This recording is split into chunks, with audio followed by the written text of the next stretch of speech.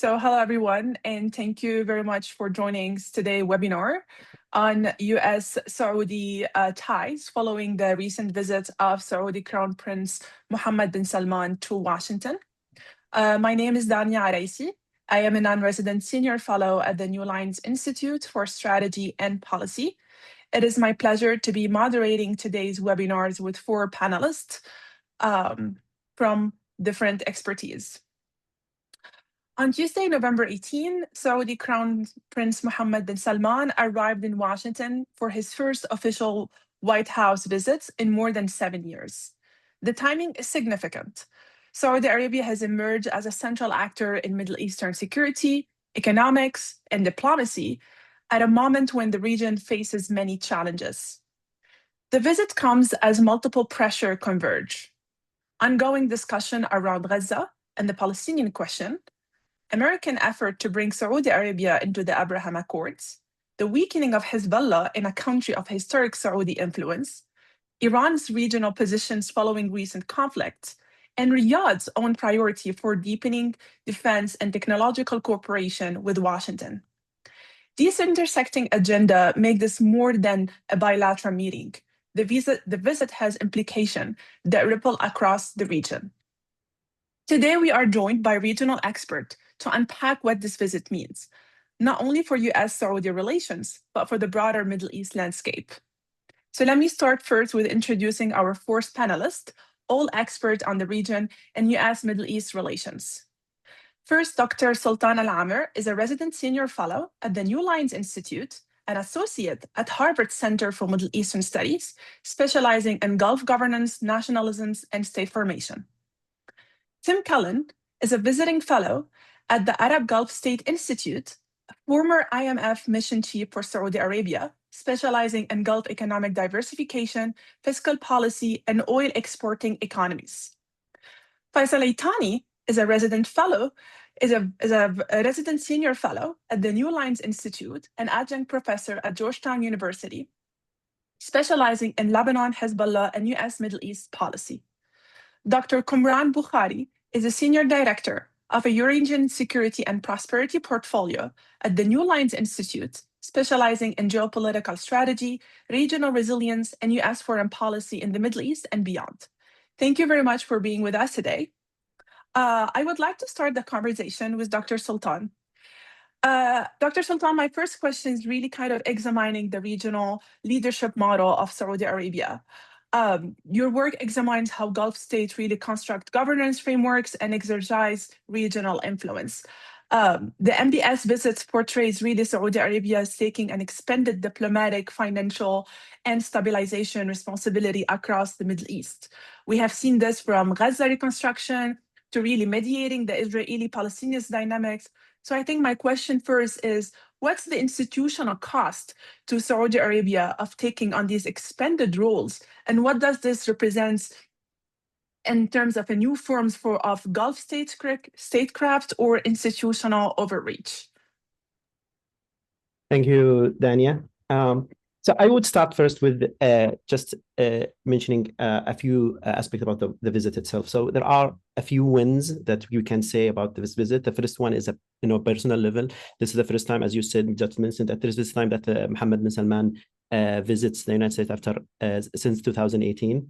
And that is a significant change in terms of after the deterioration of the ability of him coming to DC since the killing of Jonas Jamal Khashoggi. The other symbolic win is that in the relationship itself. So this is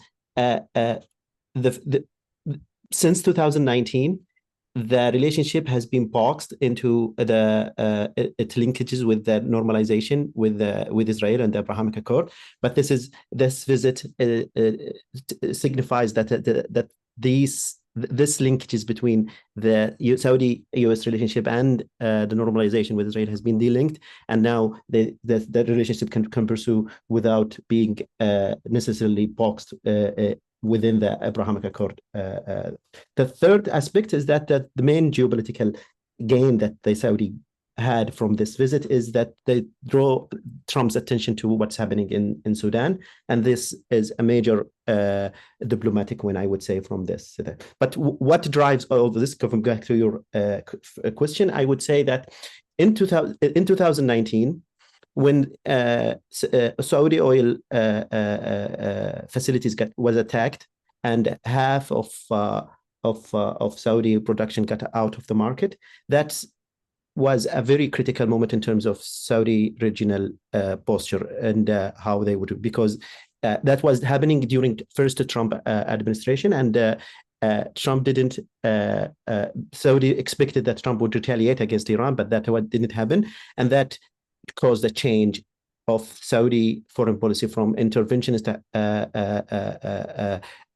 aggressive attitude toward its neighbors to a position where Saudi Arabia may play a more of a broker, a peacemaker in the conflicts around the region. And this trend is a reflection of an understanding that the interest of both United States and Saudi Arabia is diverging in terms of compared to what was the situation before that. Before that, the relationship was based on common interest against fighting against terrorism, fighting something has to do with oil, something has to do with anti-Iran. But all these aspects has changed. The United States now is a net producer. In terms of oil, Iran, the Saudi state, has changed its normalized relationship with Iran since 2009, and also in terms of other aspects, there has been the lack of interest. So I would say that in terms of a personal level, in terms of relationship, it's been a good win, but the structural alignment of interest between the two states are still in a diverging path, and the personal relationship between MBS and Trump could help mitigate that aspect, but we didn't see from this visit a real change in terms of realigning the interest of the two countries to have a common program in the region. Thank you for this answer. Speaking about the interest between both countries and the divergence of interest, I want to switch the conversation to Tim Callen about the priorities that the United States, that the kingdoms has made to President Trump's. So recently, the PIF cut international investments by 37%. That was last year. They went from $31.6 billion to $19.9 billion. And so the PIF cut really suggested that the kingdom really wanted to move and to keep that money at home within the Saudi economy for domestic projects. Yet we just saw 2 days ago that the Crown Prince had just made a commitment of $1 trillion to US investments. And so my question is, if you can help us understand what are the real economic priorities, and how is this going to fit with the United States priorities, given these two different information that we have when it comes to the PIF cut, but also the commitment that the prince just made to President Trump? Very good. Thank you, Dania, for the question, and thank you for hosting me on this panel today. Maybe let me start very big picture and then maybe drill down into some of the specifics. I mean, I think the big picture, right, is Saudi Arabia is pushing ahead with Vision 2030, and key to that is sort of trying to expand sort of high-tech manufacturing, AI, mining, probably domestic gas production, tourism, entertainment, a whole long list. And in some of these areas, investment from US companies is very important in terms of providing the technology and know-how of how to do that. And I think part of that is also going to be spurred by Saudi investment into the US. So, I guess a classic example is the Saudi PIF investment into Lucid, where clearly part of the agreement was that Lucid, sets up in the kingdom. So I think the broad parameters here are that there are common economic interests. Saudi wants, sort of investment technology into its economy. Clearly, the US wants Saudi investments into the US. So I think these are, they're not mutually exclusive. What we're probably going to see is two-way investments. I think it was interesting actually that the Saudi Ministry of Investment, when they published their take on it, I think this was very clear that a lot of the investments are expected to be two ways, maybe a different interpretation where the US has really emphasized only Saudi investments into the US. But then when we get into specifics, I mean, let's take the $1 trillion dollar number up from 600 billion commitment when President Trump was in Riyadh. I mean, I think the scale of these numbers are clearly huge, and given where oil prices are at the moment, the size of the Saudi economy, the fact that the fiscal balance, the current account balance are in deficit, is going to be very hard to achieve that. Clearly, one of the things that's not clear is really over what time frame these investment commitments are supposed to take place. Clearly, the longer the time frame we're looking over, the more possible it is to get towards the bigger numbers. But in the short term, it's going to be very difficult. I published a piece yesterday that sort of put the trillion in context of some of the Saudi economic indicators, and to throw a couple of examples out there, $1 trillion is 80% of Saudi's annual gross domestic product. It's equivalent to the complete assets under management of the public investment fund. So it really is a huge number relative to the Saudi economy. Now, on the specifics of the PIF, these are clearly equity investments in the US over a certain threshold that have to be reported, and they have fallen. I think this maybe goes to some of the the tension that you alluded to. At one side, the PIF is saying it wants to invest more domestically. On the other side, you have these these big commitments being made to the US, and I think it's a really challenging issue for the Saudi authorities how they're going to balance the desire for domestic investments and commitments they've made to the US. And indeed, they're probably going to be asked, right, for regional reconstruction money as well. So there are a lot of commitments, demands on the Saudi purse at the moment, at a time when, because of where oil prices are, the pot of money available to make these to meet these commitments has really dwindled. So I think it's going to be, I don't have an answer, how does this all fit together, but I think it's going to be a very interesting and challenging period to see how the Saudi authorities manage through this. So I'll stop there. Thank you. Thank you. Thank you very much. I want to switch some ear and go to Dr. Bokhari and discuss more on the recent piece that you published on this visit and unpack this piece. In your recent analysis at the Newlines Institute, you published a piece where you discussed and you suggested that the Trump administration is fundamentally shifting US Middle East strategy away from direct operational management towards a network of regional partners managing their own stability. My question is really, what are the implications of this shift that you discuss, particularly for the long term of American interests in the regions, but also is there any scenarios where this approach could be backfire, or are there any challenges? If you can just discuss and talk to us more about this piece and this argument. Thank you. Thank you, Dania. It's great to be with Faysal, Tim, and Sultan. So let me zoom out. I think that what's happening here is that the Trump administration is rolling out a new geostrategy on global management. The system that existed since the end of World War II has come to an end. There's a bipartisan understanding in the United States that the United States should not be, both on the left, and you can go all the way to the Bernie Sanders supporters, or you can go to the MAGA base of the president.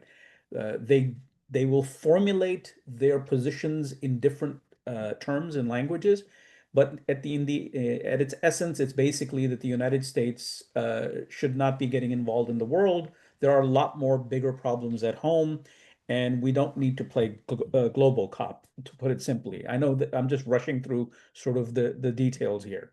Happy to pick them up in Q&A later.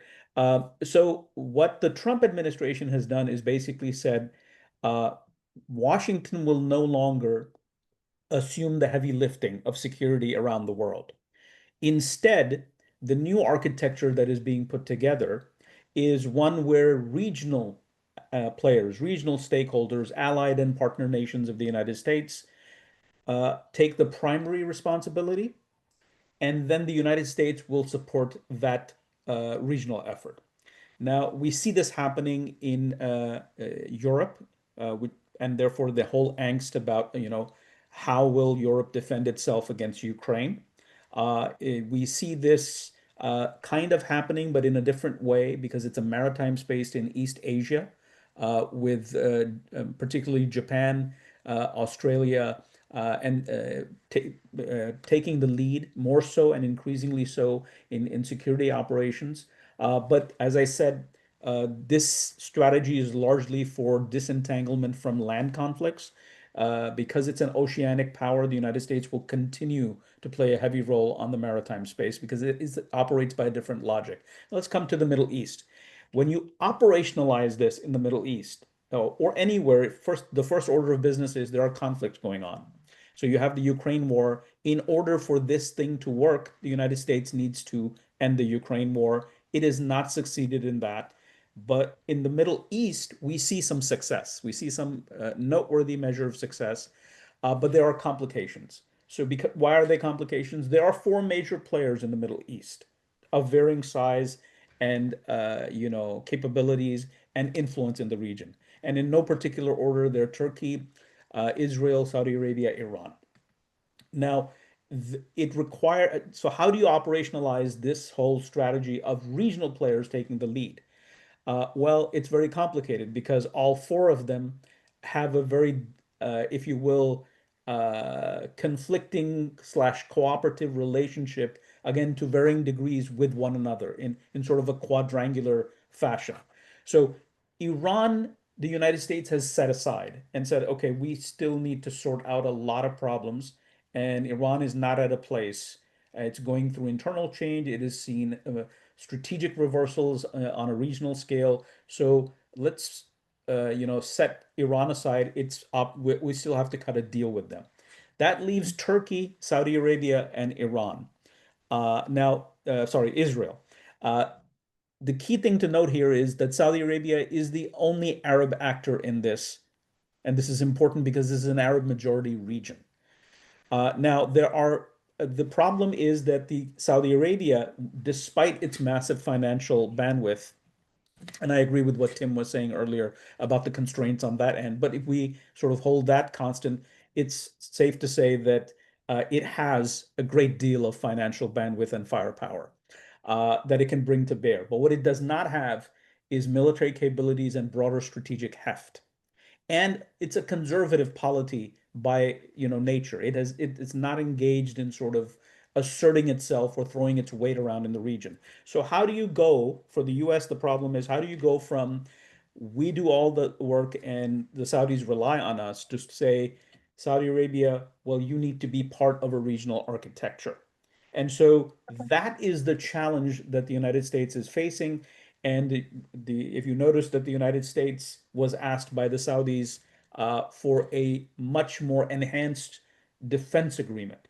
So between that Saudi ask and the US expectation, there is a creative, if you will, formula coming together where the United States still gets to sort of retrench itself, but while understanding the limits of Saudi capabilities, and of course, the Saudi-Turkey competition, and then the big problem of how do you deal with Israel in the wake of the war in Gaza. So I'll stop right there, and then we can pick it up later.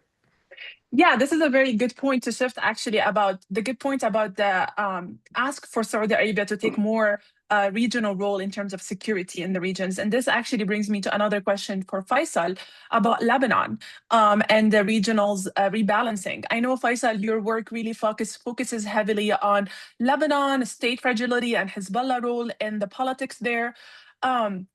The MBS visits and the broader US-Saudi alignment really signal a major shift toward regional power dynamics, especially with Hezbollah being weakened with the recent conflict.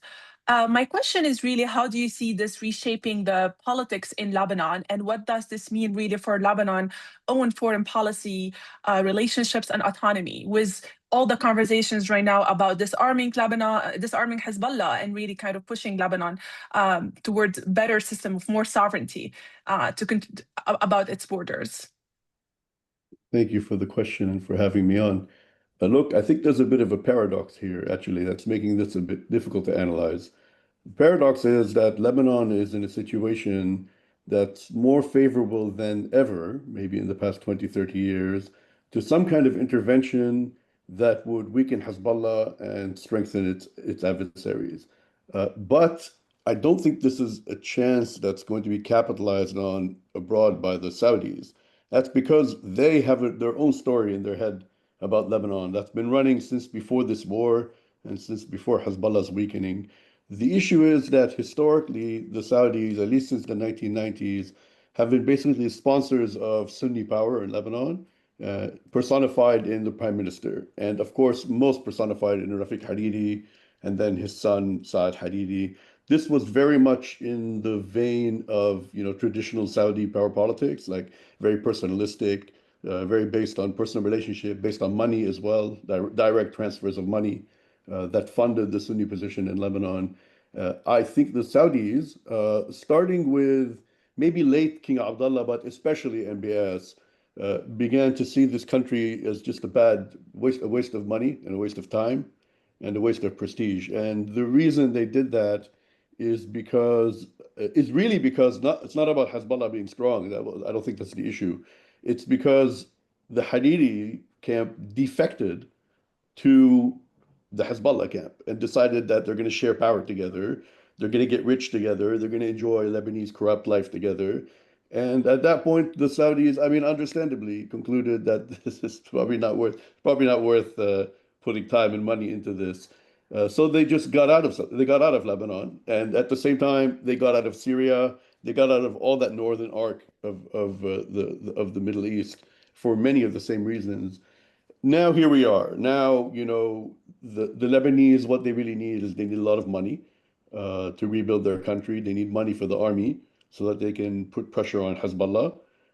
And it's a golden opportunity really for them, for the Lebanese and for the Saudis. But the Saudis are not stepping up. And my understanding from my conversations with Saudis is that they're still in that story about the betrayal and Hezbollah being, and Lebanon being a bad investment.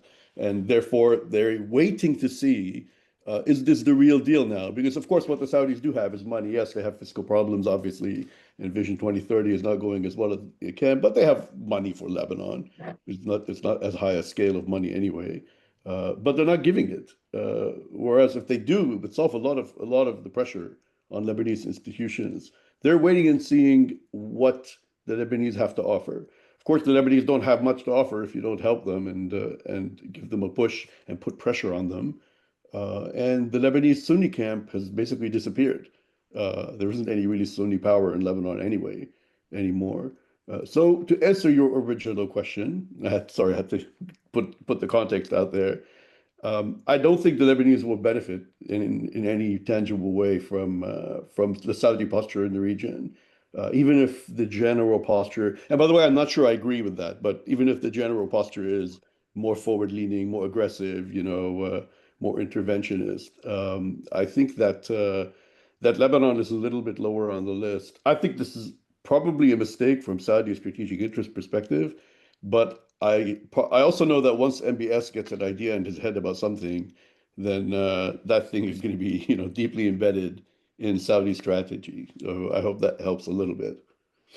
Thank you. Sultan, I want to discuss more with you about the recent commitments and promises that was made by the kingdoms on the defense commitments and the U.S. military presence. We all watch the news. The MBS recent visit really includes a clear conversations about the F-35 fighter jets, formal defense arrangements, really expanded security cooperation. My question is really, how do you see Saudi Arabia balancing its desire for advanced U.S. military capabilities with its need to maintain really strategic autonomy, especially as Washington expects the kingdom to shoulder more regional security burden? And how might these expanded Saudi military capabilities really impact the regional security architecture? I'm particularly here discussing the Israeli strategic position. As we all watch the news, we've heard about the Israelis and their positions about this conversation. Yeah, thank you. So first of all, the military commitments were less than the anticipated agreement. So, for example, the agreement that they signed, it's less than, for example, the Qatari executive order defense, and we didn't see the text for that agreement to know exactly what it is. So the legal basis for it is much weaker than the legal basis for the Qatari.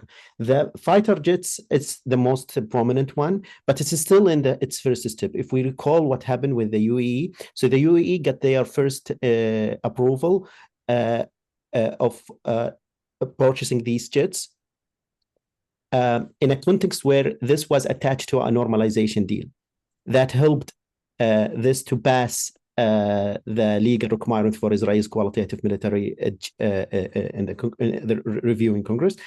But although it was attached to the normalization, it passed the QMA review.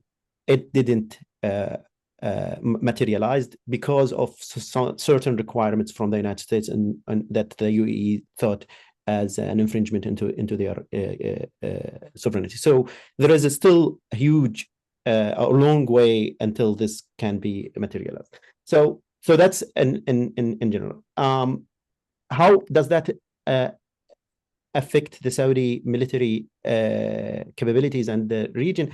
I see this as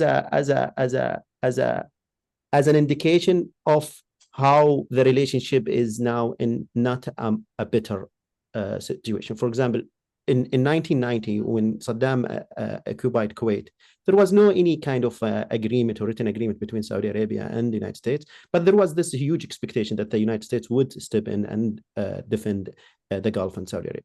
The need now for written agreements, the need for now to a solidified, legally binding documents signify that this trend of divergent interest between the two countries. But I think the main challenge for this military partnership to develop is two things. First is something has to do domestically in the United States, because this attached to the person of Trump. So it tapped into Trump's attitude toward the relationship. It is not tapped into any geostrategic basis or a consensus in the United States about the value of this kind of developed military. The second thing has to do with the change, how Middle East has changed in the last 2 years, and the rule of the rule of Israel in the region. And that would also impact the ability for this partnership to grow. And I don't see them as opposite to each other. I don't see that the Saudis seek for autonomy as in tension or in conflict with seeking military cooperation or partnership with the United States. But instead, I see them complementing each other. More autonomy in the region to play a significant role would require a stronger military and a stronger partnership with the United States. But the prospect of that, I see it is all hinged on this personal relationship. It is not yet translated into more of an institutional consensus in DC that this is something that there is a need to invest in, because the materials on the ground, the interests on the ground are going into a different doing than what the desires of the people now who are in a good personal relationship. These personal relationship could help Saudi Arabia to gain some regional gains. For example, the lifting of sanctions in Syria, that wasn't based on Trump's strategic reading of the region. It was based on something personal between him and Erdogan and the MBS and other. So what is happening in Sudan, it's that MBS tapped into Trump's view of himself as a peacemaker, and that's why he drew his attention that this is a war that you can end it, to add it to the list of the wars that you claim to. So it is not part of a geostrategic calculation from the institution of the United States, but maybe that these personal moves could lead to a strategic shift that could lead to unintended consequences that could forge a path that has that is solidified. Especially we are in the first year of Trump administration, because one difference with what happened with UAE, that they have the deal at the last year of Trump's administration, then Biden administration come, and maybe that had an impact on why it didn't succeed. But we still have more 3 years, and that could lead to a more fruitful development of this military partner. Thank you. Thank you so much. So speaking about the military partnership, the economic relationships, I want to discuss with you, Tim, more. You mentioned earlier in the conversation that it's really hard to achieve those commitments that the current Crown Prince mentions, given the economic situations and the numbers that we have about in the kingdoms, about the economy of the kingdoms. So you have a recent piece in February 2025. You discuss how only the 600 billion commitments, which requires 14% of the Saudi GDP, 40% of export revenue, and more than half total of imports. And you call this as unlikely to be achieved. And you also mentioned earlier in the conversation that even the 1 trillion is very difficult to achieve given all the numbers that we have. What do you see is really needed right now for Saudi Arabia to meet its promises in terms of the economy? What do you think that Saudi Arabia has to achieve when it comes to the economy and their economic investments? How do you see this as possible if we want to really achieve this $1 trillion investments that they talked about recently? What is needed? Yeah. I mean, I guess from a purely economic reform perspective, I guess I wouldn't get too hung up on specific numbers. I think it's the direction of travel that is going to be important here. I think it's true with many of the goals of Vision 2030. It's not ultimately if you achieve what was set out 10 years ago, but it's if you've moved in that direction in a positive way. So I think taking that as the basis, I mean, I think it's, inevitable that the Saudi-US trade and economic investment partnership is going to increase in the coming years. Why? Because I think there are clearly mutual interest in terms of US companies wanting to use the opportunity of AI, the reforms in Saudi, to invest there. And Saudi also looking to spur that sort of technology transfer by investing in the US, buying US chips, buying US defense equipment. So I think trade and investment will both increase. I think what is likely to happen is that probably US investment in Saudi may increase more than Saudi investment in the US, given the current setup. But I expect both will be achieved. So I think it's very tempting, and I myself have done it in terms of getting overly focused on specific numbers, and that's in a sense easy to to comment on and so on. But I think what really is going to matter here is the direction of travel, and I think for both countries from an economic point of view that is going to be a positive direction. But are we going to get to the specific numbers mentioned? I don't think so in a short period of time. Yeah, yes, this is a very interesting point. So you mentioned travel, and this is actually leads me to my next question that I'm interested to hear your insights about it. So, and particularly, I'm talking about tourism and the diversification policy that Saudi Arabia is also working on it. So in 2024, tourism exceeded petrochemical exports for the first time, reaching around $41 billion, and re-export have also nearly doubled. However, these aren't building really the productive capacity that we want to see for Saudi Arabia.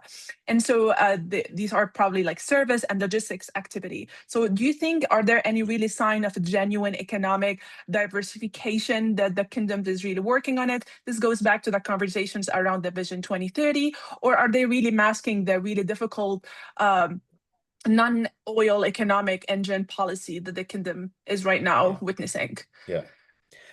I mean, I would be more positive in terms of service sector development. I think any diversification strategy that is realistically going to be employed is going to have to look across the board at what can be done, right? Not no economy is just high tech.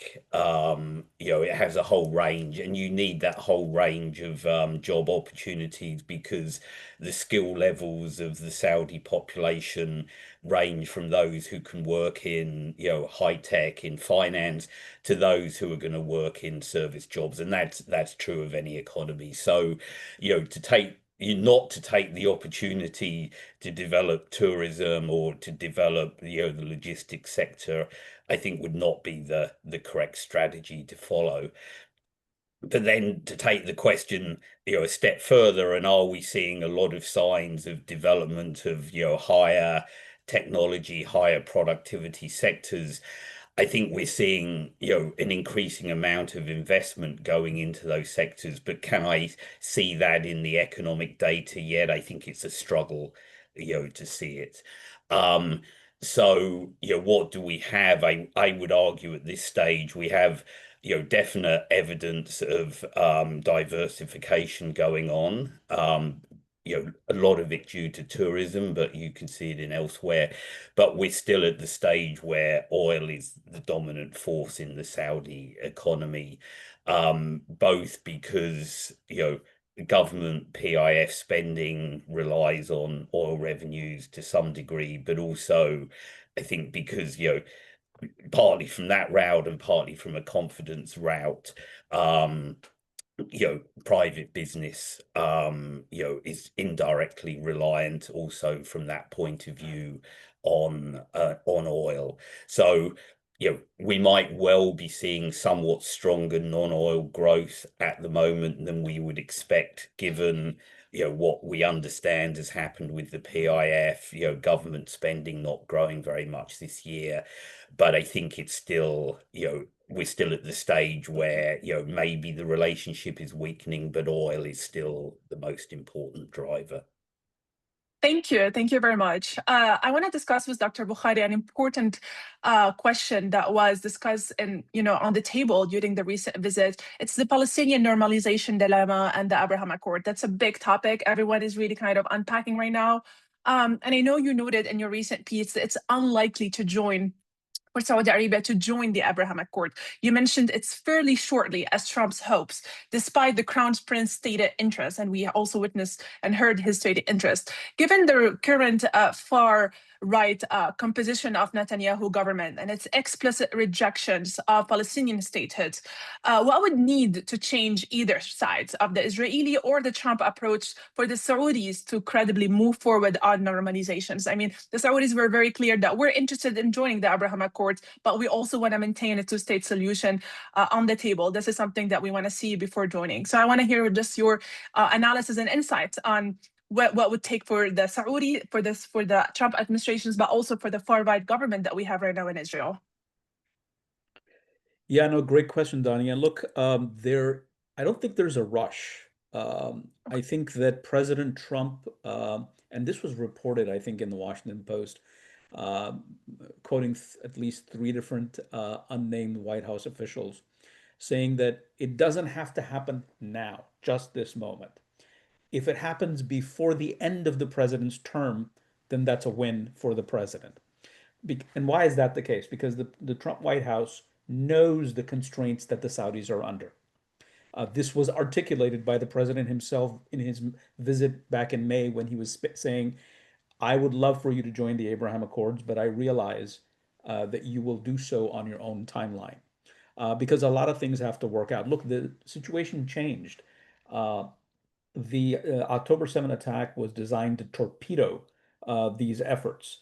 If you recall, just 2 weeks prior to the October 7 attack, both MBS and the Israeli Prime Minister separately in television interviews to Fox News said that they were very close to a deal. They were making a lot of progress, and they expressed great optimism.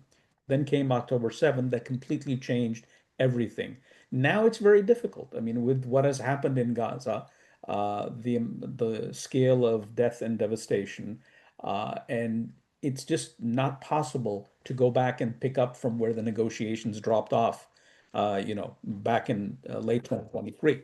So we see a shift now in the Saudi position. The Saudis aren't saying, well, they're not exactly going back to the 2002 offer of, well, full withdrawal from Gaza and the West Bank, and then that will result into full normalized relationship with all the 22 Arabs, all the 22 member states of the Arab League, not just Saudi Arabia. But there is a shift. I mean, at the time, the Crown Prince was saying prior to October 7, I need something for the Palestinians, and that's where he sort of left it. He didn't elaborate on what was that something. Now it's very clear. The language coming out of Riyadh is very clear, and the words are very, very deliberate, and they carry weight, is that we need a credible, irreversible pathway towards future Palestinian statehood. And so that is not something that there's a whole lot of wiggle room around. And then, let's be honest, the Saudis are not in a rush because, as you said, they're looking at the domestic political situation inside Israel. There has to be a change. Elections are coming up in a year's time. So they don't know what's going to be the mood, the national mood, or the mood within the political elite. There's a lot that has to go and happen in Israel before that becomes clear. Then there is this whole Gaza stabilization plan, which sort of creates another pathway. Look, you don't have to sign. So the idea that some point there will be a signature and then there will be a normalization process, I think that whole thing has been flipped. What you're going to see now in the form of the International Stabilization Force, that this is largely going to be an Arab-Muslim task force with different countries contributing.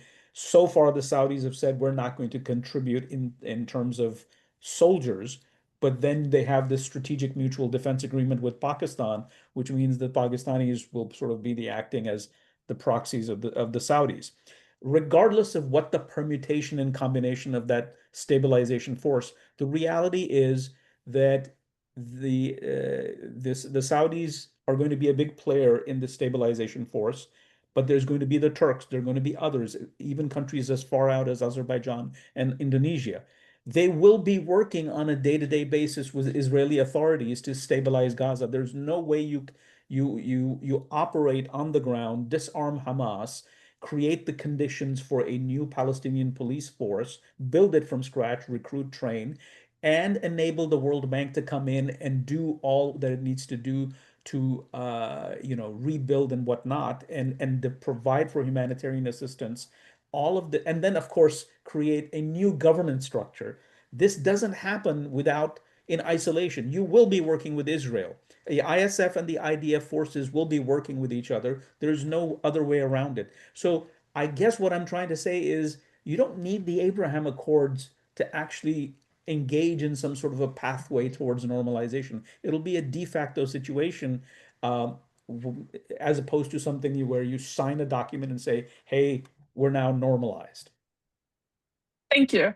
Speaking about Hamas and the situation in Palestine and Israel, I want to discuss also Hezbollah with Faysal. So Hezbollah, so given Faysal, your research and your work on Lebanon, how should policymakers think about the US support for the Lebanese institutions with this current environment that our experts laid out, the geopolitical situations that we have, the Saudis, the situations in Palestine, really kind of balancing between really strengthening the states, but without also understanding that we have a corrupt institutions and we have a whole change in the geopolitical structure of the country. I mean, I think the problem from the Hezbollah perspective for the Lebanese is it's a kind of a lonely situation for them. As I said, whatever I make of the kind of Saudi aggressive posture in the region, and I think it's a little more careful actually than that. I don't see them going all in on the Lebanon situation. So what this has fallen to is basically the United States, which is, I mean, their enthusiasm for what needs to be done in Lebanon to go after Hezbollah, take away their weapons, weaken them, etc., it's limited. But nonetheless, they're the people who are leading on this. I mean, it's American diplomacy that's leading on the pressure against Hezbollah within Lebanon. The idea is, how do we get these Lebanese institutions to go after this party, put pressure on them, start taking away their weapons, put them in a difficult situation? That is very difficult to do, as you know. Both it's practically difficult because Hezbollah is still very powerful, despite the war that they lost. And it's difficult because Lebanese institutions and Lebanese politicians, they like to drag their feet and pretend they're doing things, but really not do anything and not take any risks because they have a lot of stake in the status quo. So for me, what happened to Hezbollah is very harmful to them, but the regional geopolitical environment, it's not great. The main hit they took, in my opinion, had nothing to do with Saudi Arabia, or in fact, had nothing to do with anyone else. And that was when they lost Syria. And Bashar al-Assad was overthrown so quickly. That, for me, that's the biggest blow that could have happened to them. After that, they got hit by the Israelis, fine, but nothing is as bad as having lost Syria. And that had nothing to do with anyone. No one pushed towards it, maybe the Turks, if you want, but not the Gulf, and not Saudi Arabia. So I would say, it's a muddled picture. It's not a nice time to be Hezbollah. So to be clear, it's not like it's the best time of their life. But they also don't have a focused, powerful enemy. That could change if the U.S. sentiment about this changes. But the United States, as you know, is between several different factors. On the one hand, they want to go after Hezbollah. They want the Lebanese army to go after Hezbollah, but they want to make sure the Israelis are happy and that the Israelis can still continue to operate in Lebanon, which is undermining the conflict against Hezbollah. And they have their own, what Kamran mentioned, basically, which is we're not the regional police anymore. And we don't want to take this very complicated thing on our shoulders completely. This could be, I'll tell you, it could be changed quite quickly with money. Money could change the situation quite a little bit. But there's no money. There's no money in Lebanon. And the Americans don't feel like spending money. And the Gulf, which is, swimming in cash that they could spend on something like this, they're hesitant for reasons that I think we talked about earlier, to do with their history in Lebanon. Thank you, Faysal. I want to just discuss briefly with Sultan something very important that he mentioned earlier about the F-35 jets. Sultan, you discussed and you mentioned how these are important conversations and how these are important agreements. I have a quick question about this, just to further understand from your expertise. Why do you think securing the F-35 is really critical for Saudi Arabia regional strategy? Why do you think this is very important for their security, for their strategy? And do you think does this represent a shift towards Saudi Arabia really building this military dominance in the Gulf? Or how do you assess this important jet for them and for their economy? If you can give us like an insight on this. Yeah, I think it's so if you are in Saudi Arabia and you saw what happened the last 2-3 years, and you saw these especially the war between Israel and Iran, and adding to that what happened in 2019 when its oil equipment or facilities got attacked, then there is a need or a push toward accumulating as much military power as possible to defend itself without relying on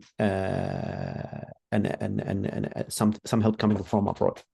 So that is the rationale behind this push toward getting these jets. The assumption here that this just would balance the distribution of power in the region. The assumption here that these jets would also help Saudi Arabia in case that these regional escalations get closer to its border, so they will be able to defend themselves, etc. That's how I see the rationale behind it.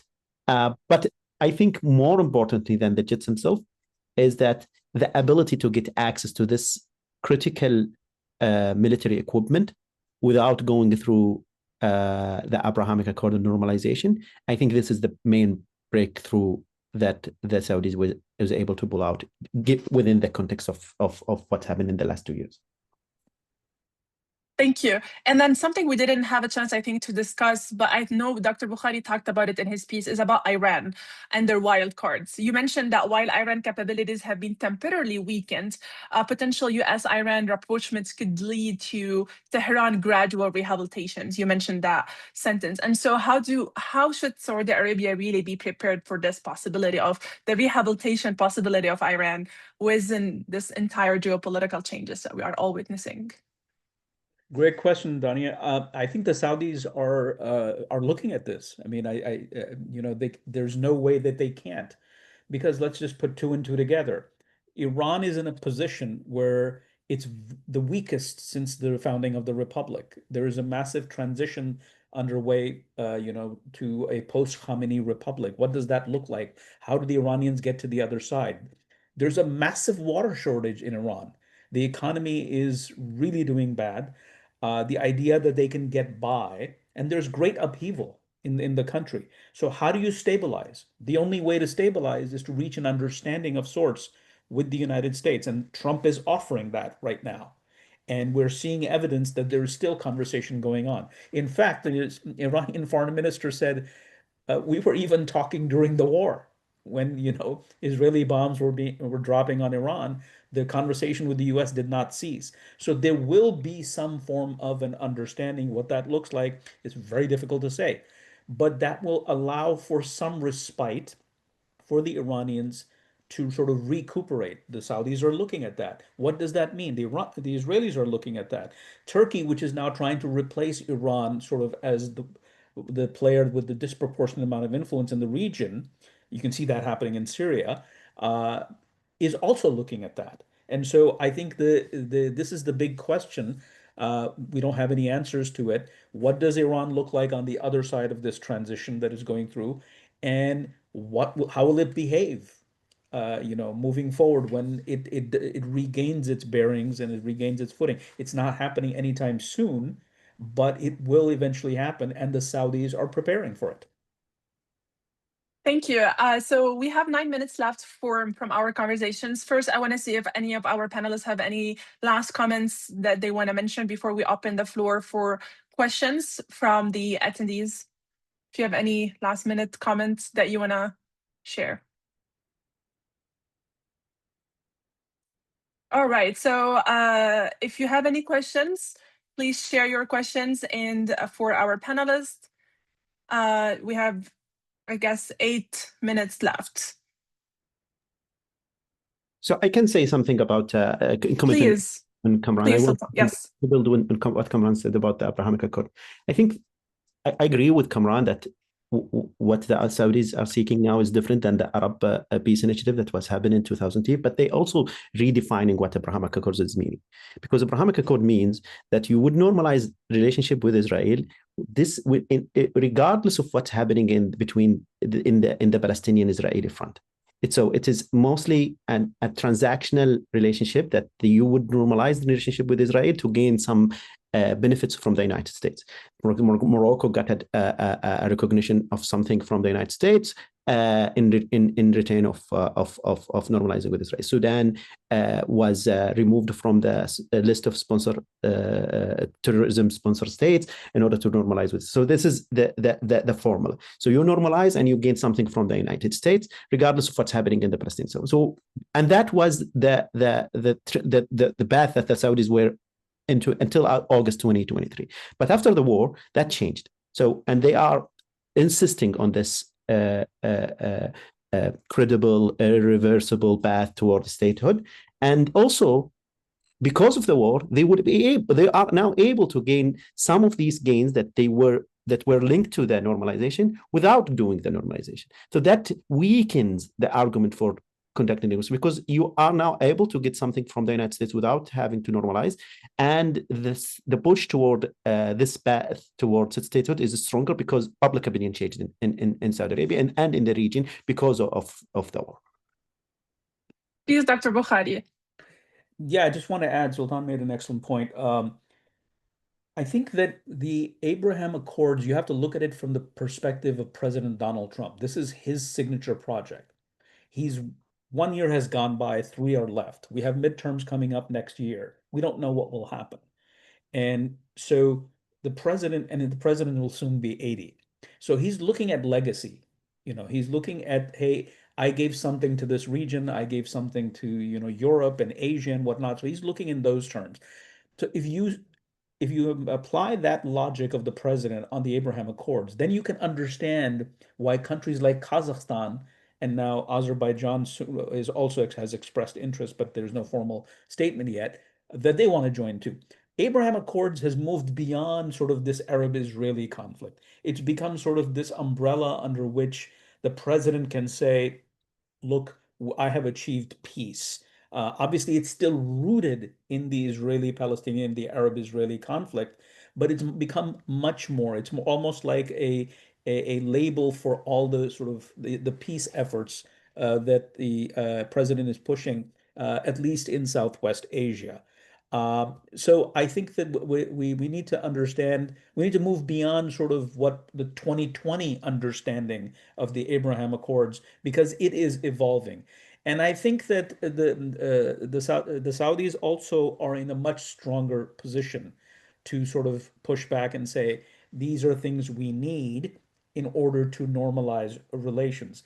And I think that the idea of this 20-point formula for Gaza stabilization provides an opportunity for the Saudis and for the Turks and others to try and shape this region. In other words, the idea that first give something on the Palestinians, we need something on the Palestinians, and then we'll normalize, has completely been flipped, because now the Saudis and the other stakeholders are looking at this and saying, hey, this is an opportunity for us to get what we have been asking for, or get closer to what we've been asking for, by actually participating, by actually engaging. And as long as we don't have to sign on the dotted line, it works well. So I think there's an entire sort of thinking shift that Sultan mentioned. Thank you. I think we have a couple of questions from Faysal, but we have a couple of questions from our attendees as well. Yeah, I do want to mention something. I'm not Saudi, but Saudi Arabia is not like the UAE, Bahrain, and Qatar, or whatever. It's a big, complicated country with a population that's, I don't like to use this word much. It's politicized. It's not people who don't care about what's happening outside there. It's not a boutique oil state, so it can't just do whatever it wants all the time without any consideration for the country and people's sentiments, and also how people feel about Saudi Arabia outside Saudi Arabia as basically the capital of Islam. The guiding light of Islam. So I just want to kind of insert this into the very valid geopolitical conversation, but it's just something. It's an important kind of nuance, I think, that gets lost when we've been looking at this as a kind of chessboard thing, but really not all the players are the same. They're quite different. And I'll stop there. Thank you. We have a question to Dr. Bokhari. The question is, you said Gaza is Saudi Arabia immediate priority. What concrete step do you expect the Saudis to take in the next 3 to 6 months? So I don't know if it's one of the immediate priorities in this context. There are other priorities that the Saudis have as well. So I don't mean to say that this is the ultimate priority. Look, there's a context to all of this. How did we get here? The new reality that we've been talking about is that the United States under the Trump administration basically said, look, we're not going to lie to you. There's no way we can give you a two-state solution, because until now you guys were asking us, use your influence over Israel to make concessions, and decades passed, and we've had both Republican and Democratic administrations that said that were basically tied themselves to a two-state solution, at least at a theoretical policy level, but could not deliver. The Trump administration said, we're not doing that. In fact, we want you to take the lead. And you do that through this Abraham Accord framework. Now, this was a very broad sort of framework that was given. The details had to be sorted out. So now the Saudis are saying, okay, first, we're not ready for this. Okay, there was the pushback. B, there are other stakeholders that we need to work with. Turkey is there. Egypt is there. Egypt is the only country that has a border with Gaza. And so that's why we're now seeing the reports of that the commander of this ISF supposedly will be from the the Egyptian military.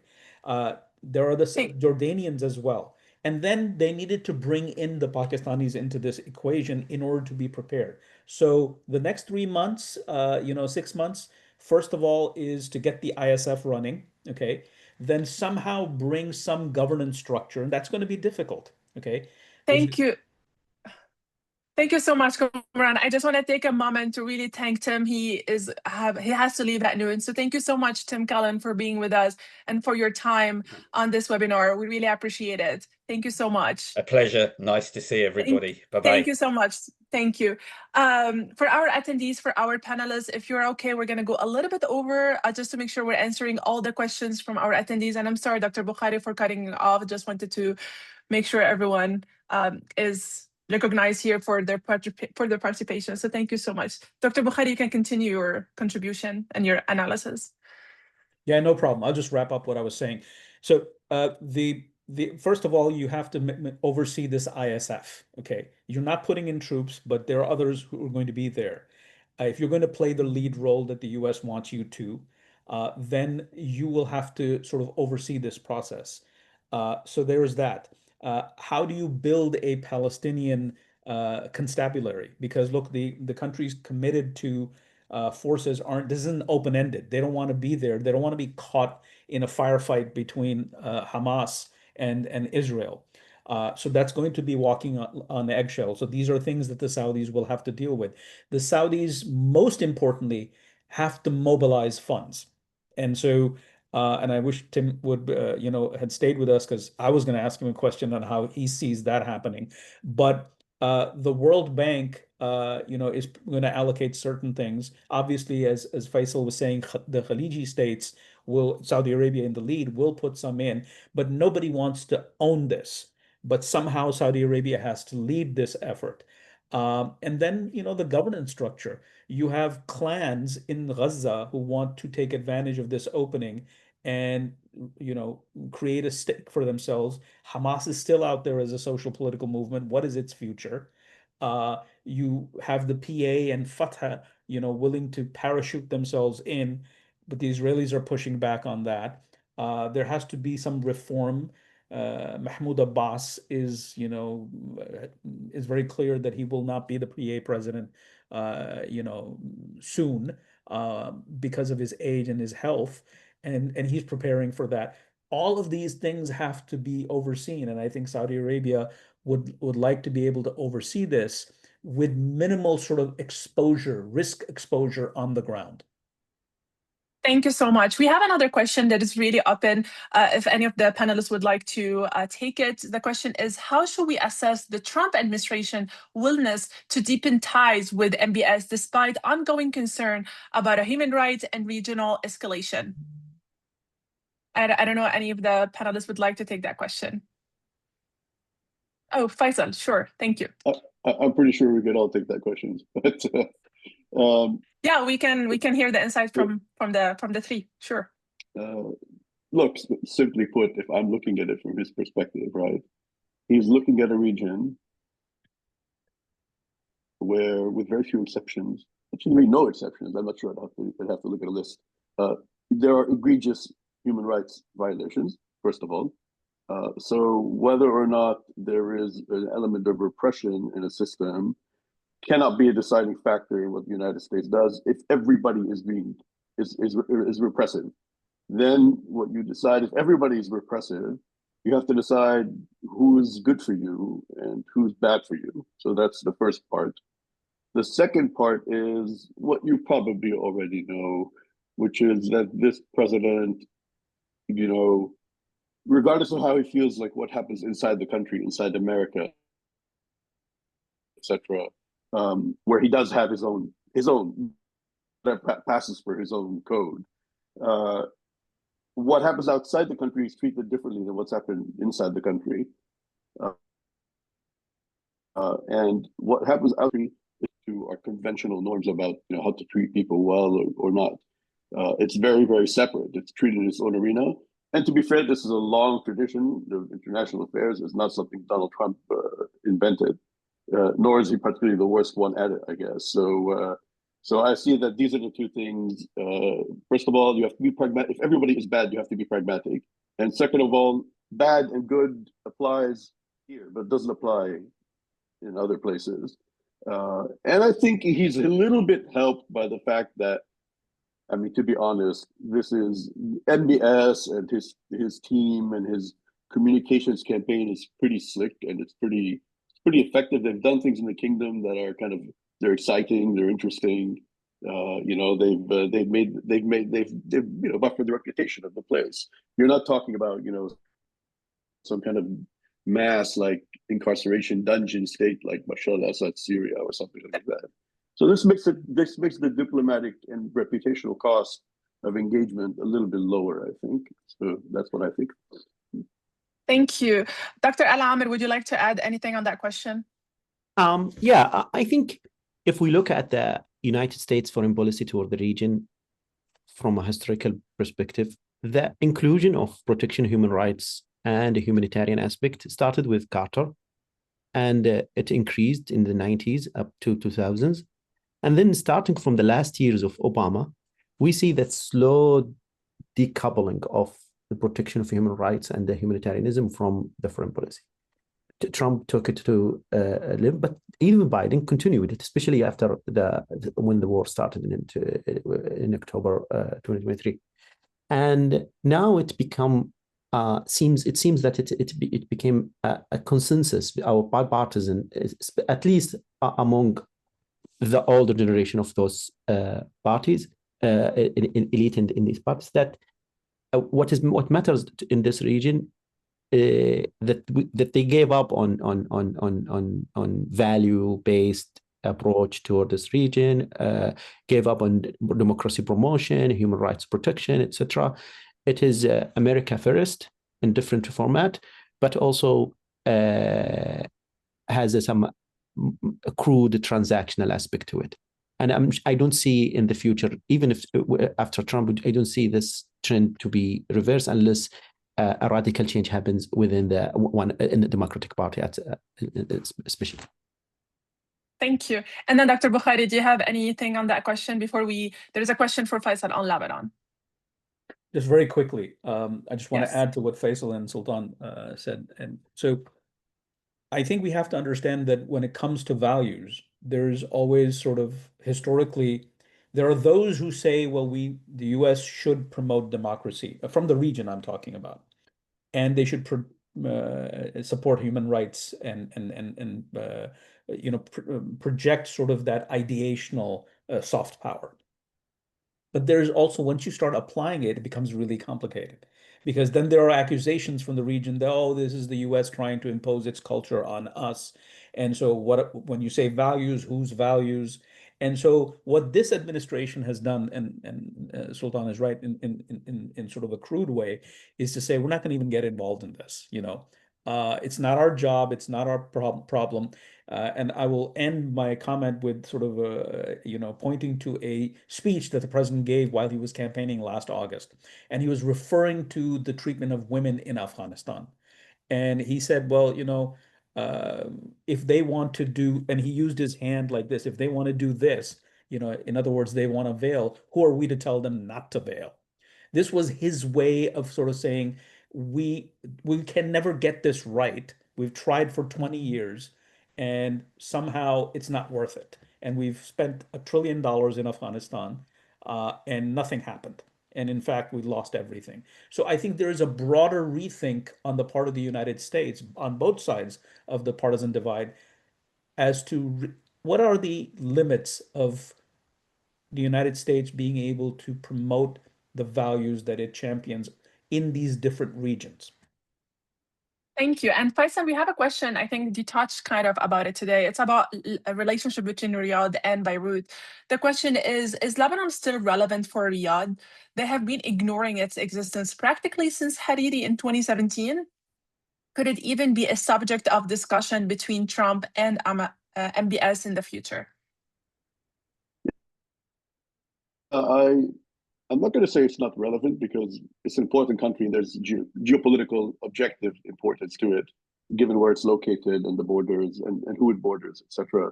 But I think it's no longer seen as an urgent problem, and B, something fixable at an acceptable cost.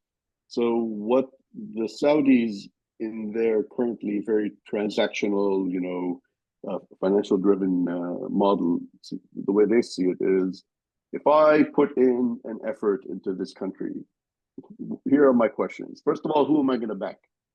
I don't have any more a strong Sunni position in Lebanon to back. I can't, do abracadabra and materialize a strong Saad Hariri you can depend on. And as you probably know, that relationship is fraught anyway. So who do I back? Do I back Lebanon's institutions? So do I back the president, the elected prime minister, and the Lebanese armed forces? You could do that.